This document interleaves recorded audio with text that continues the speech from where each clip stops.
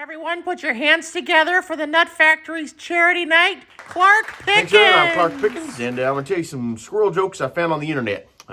Police officer pulled over this truck. It was full of a guy driving around with a bunch of squirrels in the back, and he said, you can't have those squirrels right here. You need to take them to the zoo immediately. The guy said, okay, sure. And he goes off. Next day, he pulled them over, and they're all wearing sunglasses. And he's like, I thought I told you to take them to the zoo. He says, I did. Today, I'm taking them to the beach. Okay. Father and the son, they go hunting, and the father says, you stay here, son. I'm going to go across, and you be really, really quiet. He says, okay. So the father goes across. Next thing you know, he hears this blood-curdling scream, and he comes running back, and he says, son, I told you to be quiet.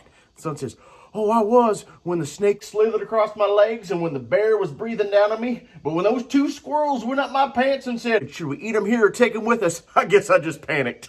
Thanks, everybody. I'm Clark Pickens. Please tip your waiters.